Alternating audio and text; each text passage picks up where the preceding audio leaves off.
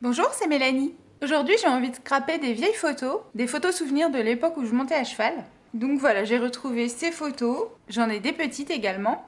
Et donc je me suis basée sur cette taille de photos pour faire un mini-album. Donc les photos font 10,2 cm par 13,4 cm. On va commencer par couper dans du papier noir des pages de 11 cm de largeur par 14,2 cm de hauteur. J'en ai fait 4.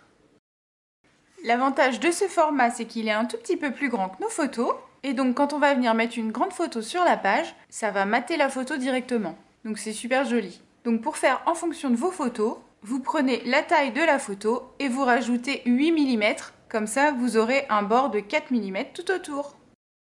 Et donc pour ma photo carré, j'ai coupé un carré de 11 cm par 11 cm.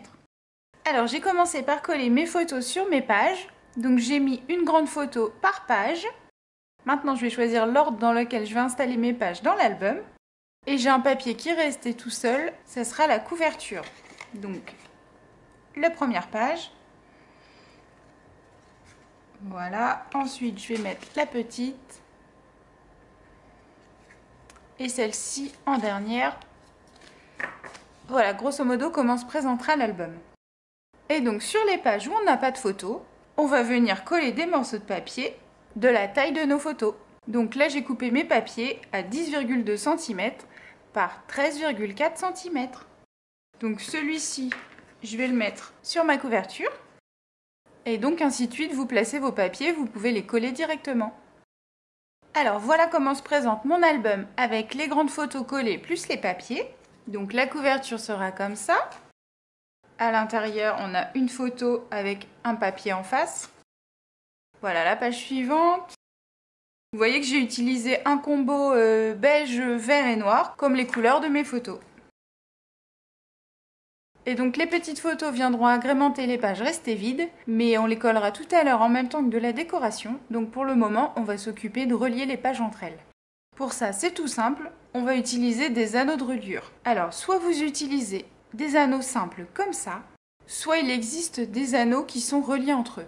Je vais utiliser ceux-là. Je vais vous expliquer comment les poser, mais si vous n'en avez pas, vous faites la même chose en utilisant 2 ou 3 anneaux isolés. Mais c'est le même principe. Donc pour placer mes anneaux, il va falloir perforer les pages. Et donc on va vouloir faire 3 trous à distance égale. Donc j'ai mesuré, on a 2 cm d'écart entre chaque anneau. Donc c'est tout simple, on va perforer chaque page avec 3 trous espacés de 2 cm. Donc je prends ma première page. Avec un crayon et une règle, je vais venir faire des repères. Alors, je vais faire mes trous à 8 mm du bord, puisque mes anneaux sont petits, donc il ne va pas falloir perforer trop loin du bord, sinon on ne pourra pas tourner les pages à l'intérieur. Donc ça sera à 8 mm du bord, et ici, on va mesurer, on va faire le premier à 2 cm, et puis tous les 2 cm.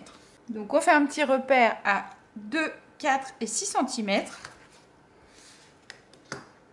Ensuite, on vient mesurer si on est bien à 8 mm du bord et on fait une petite croix à l'endroit désiré. Voilà mes petits repères. Et donc, je vais perforer cette page à ces endroits-là. Et vous faites la même chose pour toutes les pages. Donc, quand on fait une reliure avec des anneaux, on va faire un trou suffisamment gros pour que les anneaux ne frottent pas et coulissent bien quand on va tourner les pages.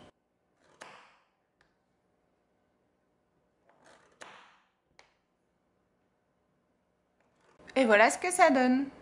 Alors, ma petite astuce pour la page suivante, on va venir mettre cette page par-dessus et du coup, avec un crayon de papier, on va venir dessiner le rond pour faire un repère sur la page suivante. Alors, évidemment, pas du côté de la photo, ça va pas marcher, mais à l'arrière. Donc, à l'arrière, vu que je veux mes trous ici de ce côté-là, je vais placer ça comme ça, faire mes repères sur ce papier et du coup, mes trous seront au bon endroit. Et j'ai plus qu'à perforer. Et quand toutes mes pages sont perforées, on va pouvoir venir les relier avec nos anneaux. Donc on ouvre tous les anneaux. Hop.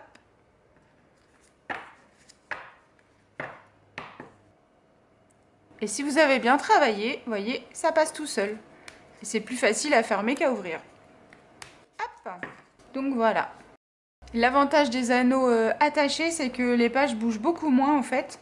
Les pages restent en face, elles ne tournent pas dans tous les sens. Donc c'est plutôt pas mal.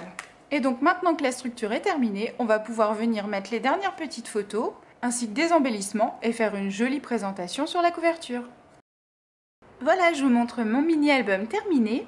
Donc vous pourrez voir que pour ma déco, je suis restée ton sur ton, en mettant des feuillages verts, un tampon qui me sert de titre à l'album qui est tamponné donc sur un papier beige, coupé carré avec un die pour avoir une jolie finition de bordure, un petit badge décoratif.